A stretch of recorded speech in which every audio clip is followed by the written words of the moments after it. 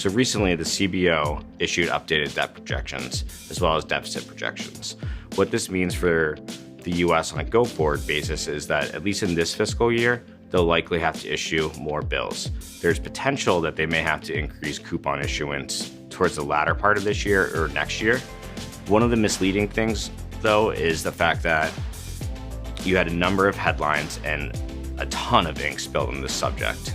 But we also knew that this was coming because a lot of it was due in part to increase aid to Israel and Ukraine, which is legislation that was passed earlier this year.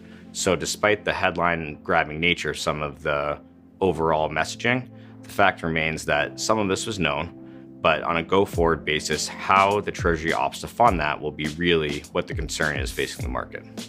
Going forward, you're looking at a time where dealer balance sheets are at some of their most constrained levels we've probably seen in the past decade or so, particularly in the front end of the curve. And all at a time when the US government is expected to potentially increase its debt. It's my view that this represents a period of potentially extremely heightened volatility, as you have positions that may or may not be squeezed out due to higher volatility, as well as dealers having to put wider and wider bid-ask spreads on different bonds in order to get out of inventory.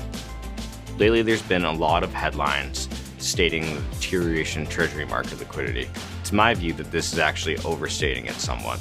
If you look at different metrics, specifically just the cost to trade, either cash or futures, then it's actually relatively normal.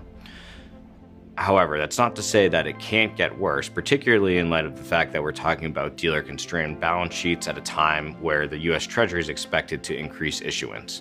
And so while at spot, it might be more than okay and relatively normal, that's not to say that it's not something that's worth bearing for future deterioration.